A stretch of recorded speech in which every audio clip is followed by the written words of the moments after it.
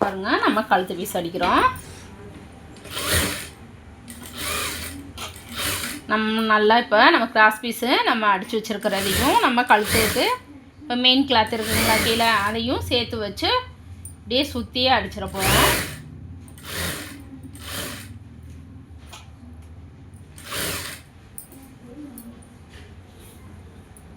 கொஞ்சம் நிப்பாட்டி கரெக்டாக வர மாதிரி அடிங்க. இல்லைனா இது கொஞ்சம் நம்ம கிராஸ் பீஸில் தான் எடுத்துருக்கோங்களா, இது லைட்டாக திருகிற மாதிரி இருக்கும். கரெக்டாக வச்சு இந்த மாதிரி பிடிச்சிக்கிட்டே அடிங்க.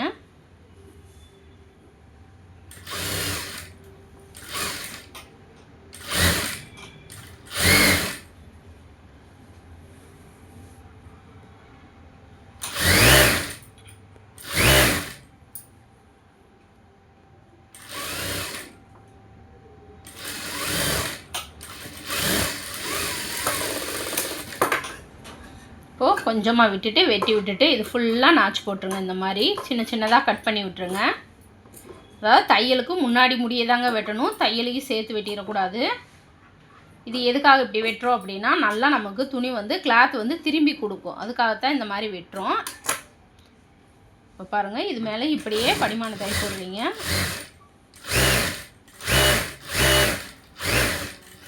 இப்படி படிமான தையல் எதுக்காக போடுறோம் அப்படின்னா, நமக்கு துணி வந்து நல்லா அமுந்தி கிடைக்குங்க நம்ம திருப்பையில்.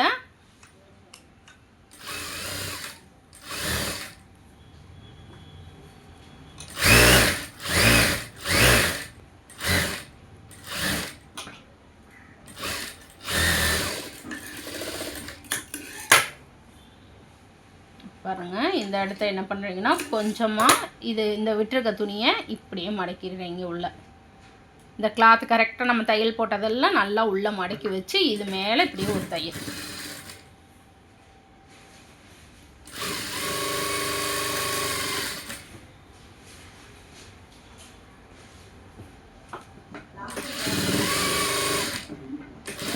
உள்ளே இருக்கிற கிளாத்து வெளியே வராமல் கரெக்டாக வச்சு அடிச்சிருங்க.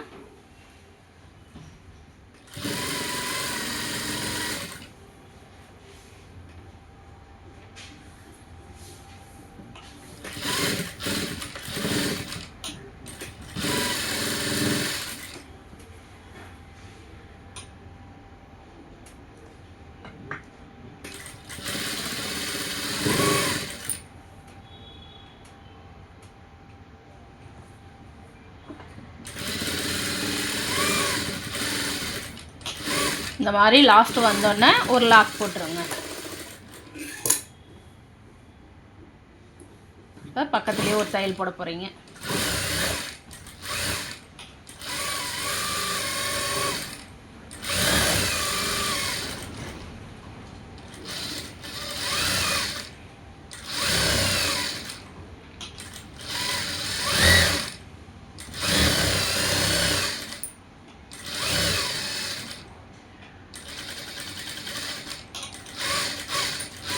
இங்கே வந்து லாக் பண்ணிடுங்க. பாருங்கள், இதை என்ன பண்ணுறீங்கன்னா, வி போடுறதுக்கு அடுத்ததாக என்ன பண்ணுறீங்கன்னா, இந்த மாதிரி ரெட்டையாக மடக்கிக்கோங்க. மடக்கிட்டு இப்படி 5 மார்க்கு குறிச்சிருங்க.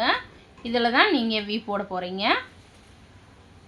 இந்த மாதிரி லைட்டாக ஒரு மார்க் பண்ணிவிட்டு அதுக்கப்புறமா நீங்கள் இது மேலே வி போடையில் வி ஷேப் வந்து கரெக்டாக நமக்கு கிடைக்குங்க. ஈஸியாகவும் தைக்கலாம். இந்த மாதிரி நீங்கள் தைங்க.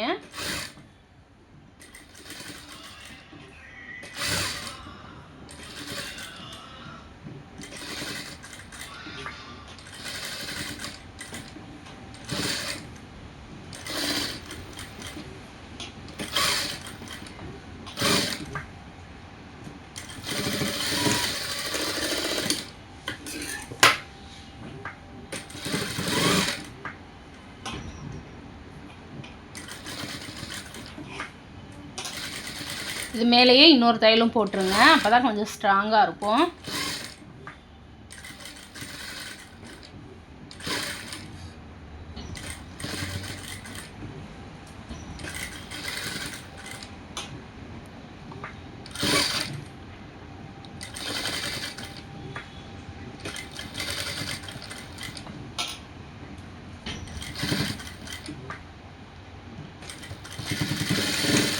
இந்த லாஸ்ட்டாக முடிக்கையில் மட்டும் ஒரு 2 டைம் போட்டுக்கோங்க.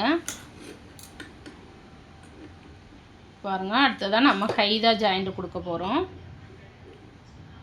இந்த பிசுறுலாம் எங்கன்னா தெரிஞ்சாலுமே கட் பண்ணி விட்டுருங்க கையோட, இல்லைன்னா அது அசிங்கமாக இருந்துகிட்டே இருக்கும்.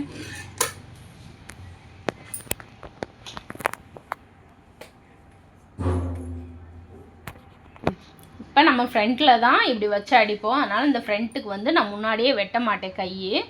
நான் அப்போதைக்கே தைக்கையில் எந்த கை ஃப்ரண்ட்டில் வருதோ அது தகுந்த மாதிரி மட்டும் இந்த மாதிரி ஒரு 1/2 இன்ச்சு உள்ளே வச்சு ஒரு தையல் போட்டு அதை கட் பண்ணிக்கிடுவேன். இந்த மாதிரி நம்ம தைக்கையில் கை வந்து மாற்றி வராதுங்க, கரெக்டாக வரும். இல்லை முன்னாடியே நம்ம உள்வெட்டு வெட்டிட்டோம் அப்படின்னா, கையை மாற்றி போட்டுட்டோம் அப்படின்னா முன்னாடி குடஞ்சி வெட்டுறது பேக் சைடும் வந்துடும். அதனால் நான் வந்து இந்த மாதிரி தான் வெட்டுவேன். இந்த மாதிரி நீங்களும் வெட்டினீங்க அப்படின்னா கை வந்து கரெக்டாக போடலாங்க, மாற்றி எதுவும் போடாமல் கரெக்டாக வரும்.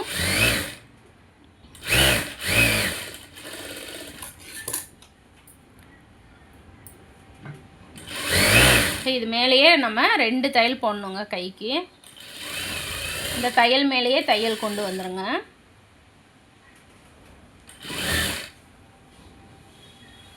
இந்த டாட் பாருங்கள், முன்னாடி பக்கம்தான் வரணுமே தவிர பின்னாடி வரக்கூடாது.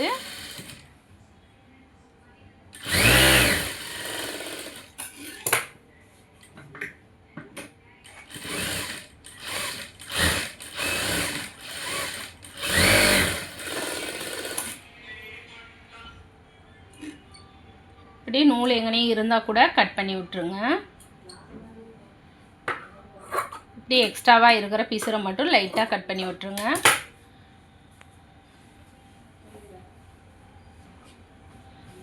இப்போ இன்னொரு கை அடிக்கிறோம்.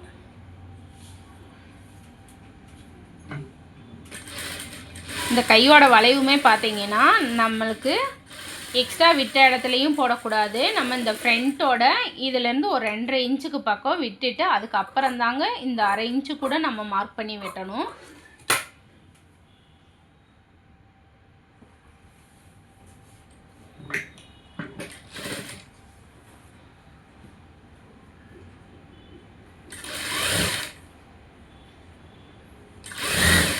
இப்படி கிளாத்தை கரெக்டாக வச்சு மட்டும்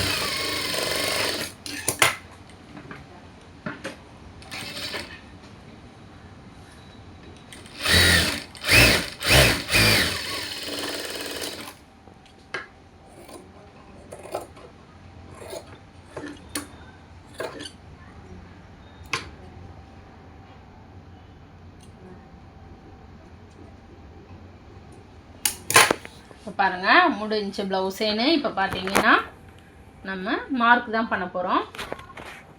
இப்போ எப்படி மார்க் பிடிக்கிறோங்கிறது பாருங்கள். இப்படி பேக் சைடு 2யும் ஒன்றா மடக்கிட்டு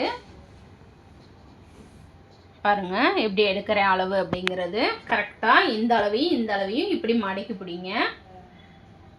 இப்போ பிடிச்சிட்டு இப்படி இருக்குங்களா, கரெக்டாக இப்படி வைங்க. வச்சு இந்த இடம் முடியுது பார்த்தீங்களா தையல், இந்த இடத்துல ஒரு மார்க் பண்ணுங்க. இதவே அடியிலையும் மார்க் பண்ணிக்கோங்க.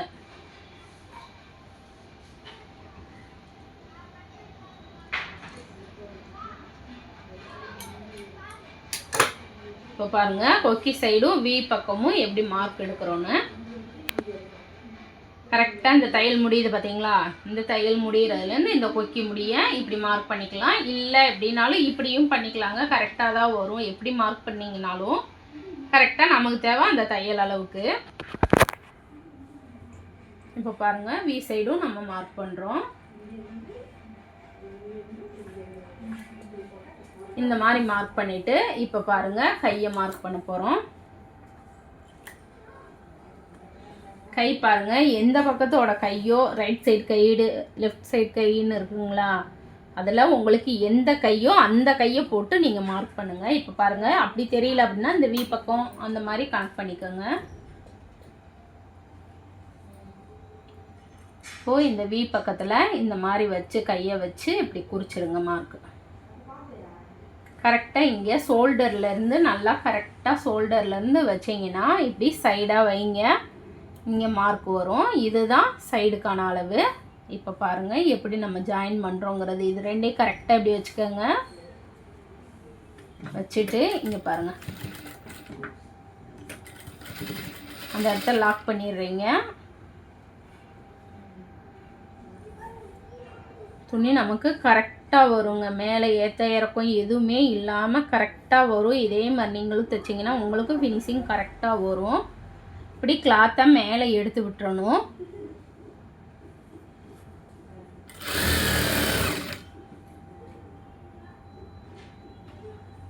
இந்த மார்க் குறிச்சிருக்கோமே, இந்த மார்க்கையும் ஒன்றா வச்சுக்கோங்க.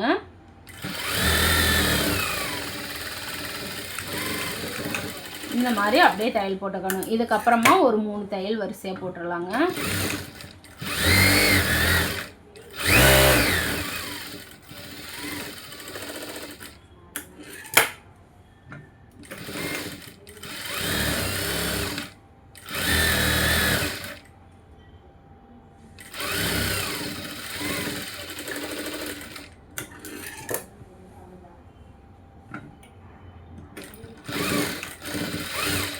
இப்படி கொஞ்சம் கேப் விட்டு இந்த மாதிரி ஒரு தையல் போட்டுட்டு எக்ஸ்ட்ராவாக இருக்கிற கிளாத்தை வெட்டி விட்டுடலாங்க.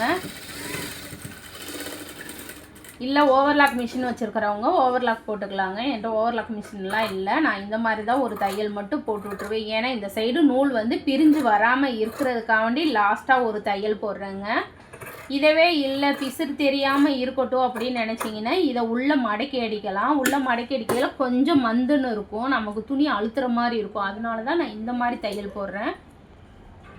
உங்களுக்கு எந்த மாதிரி வேணுமோ அந்த மாதிரி தையல் போட்டுக்கலாங்க.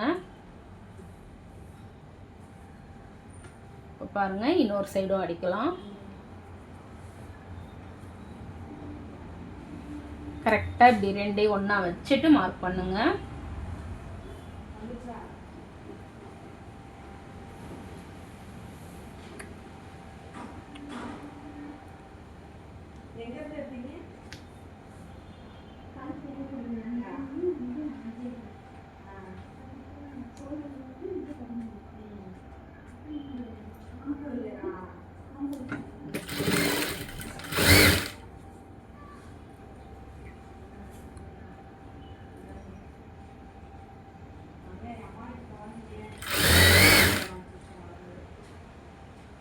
கரெக்டாக மட்டும் வச்சுக்கோங்க. நம்ம எப்படி மார்க் பண்ணியிருக்கோமோ அதே மார்க்குக்கு அப்படியே வச்சுக்கிட்டு அப்படியே தையல் போடுங்க.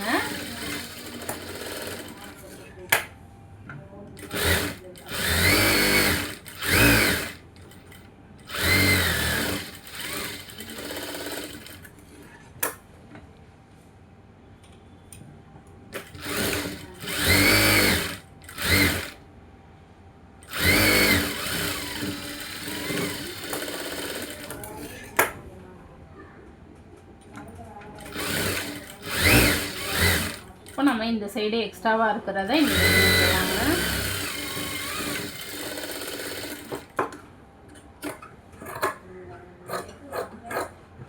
இந்த மாதிரி ப்ளவுஸ் தைச்சிங்கன்னா உங்களுக்கு தப்பே வராதுங்க, கரெக்டாக தான் வரும். இந்த மெத்தடில் தாங்க நம்ம ஸ்டூடெண்ட்டுக்கெல்லாம் நம்ம சொல்லித்தரோம். அதனால் கரெக்டாக தான் வரும், ஃபினிஷிங் கரெக்டாக இருக்கும்.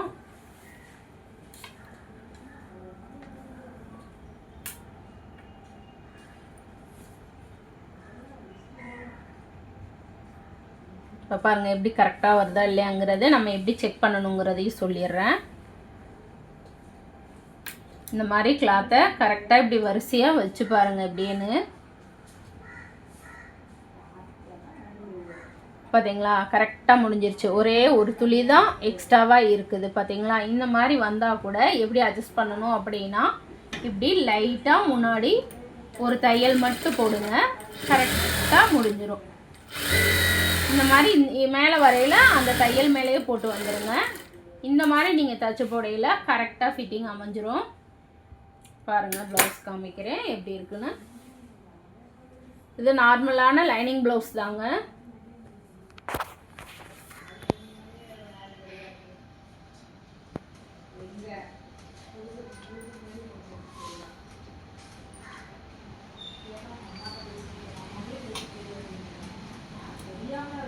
தெரியுதுங்களா? இந்த மாதிரி தாங்க தைக்கணும்.